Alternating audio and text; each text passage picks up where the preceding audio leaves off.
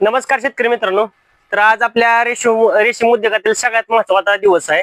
तर आज आपल्या जे आळे आहेत त्या 18 ते 20 दिवसानंतर आपल्या ज्या आळे आहेत त्या सॅम्पलवर आलेले आहेत. म्हणजे सॅम्पल म्हणजेच मॅच्युअर झाले आहेत, त्या धागा सोडण्यासाठी मॅच्युअर झालेले आहेत. तर यातील ज्या काही म्हणजे 1-2% ज्या आळे पाठीमाग राहिलेले आहेत तर त्यासाठी आपण हा जो आहे शेरी संपूर्ण हे जे प्रोडक्ट वापरून ज्या राहिलेल्या पाठीमाग राहिलेल्या आहेत त्या आपण इनमॅच्युअर ज्या आळे आहेत त्या मॅच्युअर करणार आहे.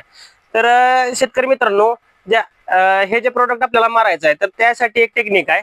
तर त्यासाठी आपल्याला ज्या वेळेस आळी जी आपली 1 ते 5 ते 10% सॅम्पल वरती आलेले असेल त्यानंतर आपण ह्या जे संपूर्ण आहे या संपूर्णाचा आपण स्प्रे घ्यायचा आहे.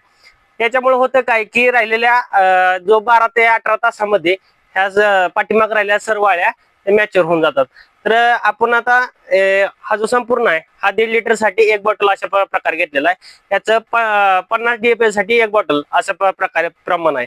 तर शेतकरी मित्रांनो, आपण आता याच्यावरती हा जो आपण पातळ असं फिडिंग दिलेला आहे तर याच्यावरती आता आपण स्प्रे मारून घेणार आहे.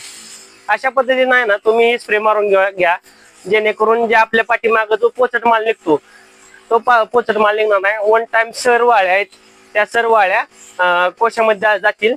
व्यवस्थित अशा पद्धतीनं आपण स्प्रे मारून घ्यायचा आहे. तर शेतकरी मित्रांनो, असेच नवनवीन माहिती मिळवण्यासाठी तुम्ही आमच्या इंस्टा आयडीला फॉलो करा आणि युट्यूबला सबस्क्राईब करून बेल आयकॉनचं नोटिफिकेशन ऑन करून आपले नवनवीन असे सर्व नवनवीन व्हिडिओ आहेत ते आपण पाहू शकता. धन्यवाद.